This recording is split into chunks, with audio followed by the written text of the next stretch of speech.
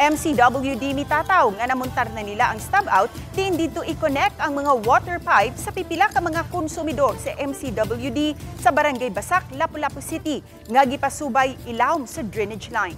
Matud ni Minerva Herodias, spokesperson sa MCWD, nga ang naaswing water pipes nga gimuntar ilawom sa drainage line sa barangay nga private property na ug dili iya sa MCWD. Kay gawas naman kini sa meter.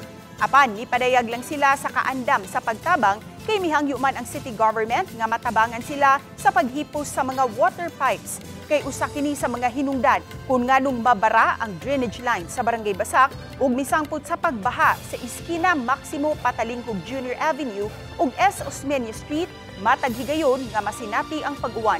Nakig-coordinate na usab sila sa kontraktor sa DPWH nga nagtrabaho sa maong drainage. DPWH nga contractor maoy mo istorya sa owner, tatong house owner, and then kung magka-agree na sila, pahibaw sila sa MCWD para ma-pull out na mo ang mga katong pipelines nga naiilawom sa drainage niya, among mapagawas, among mailisan o pipes.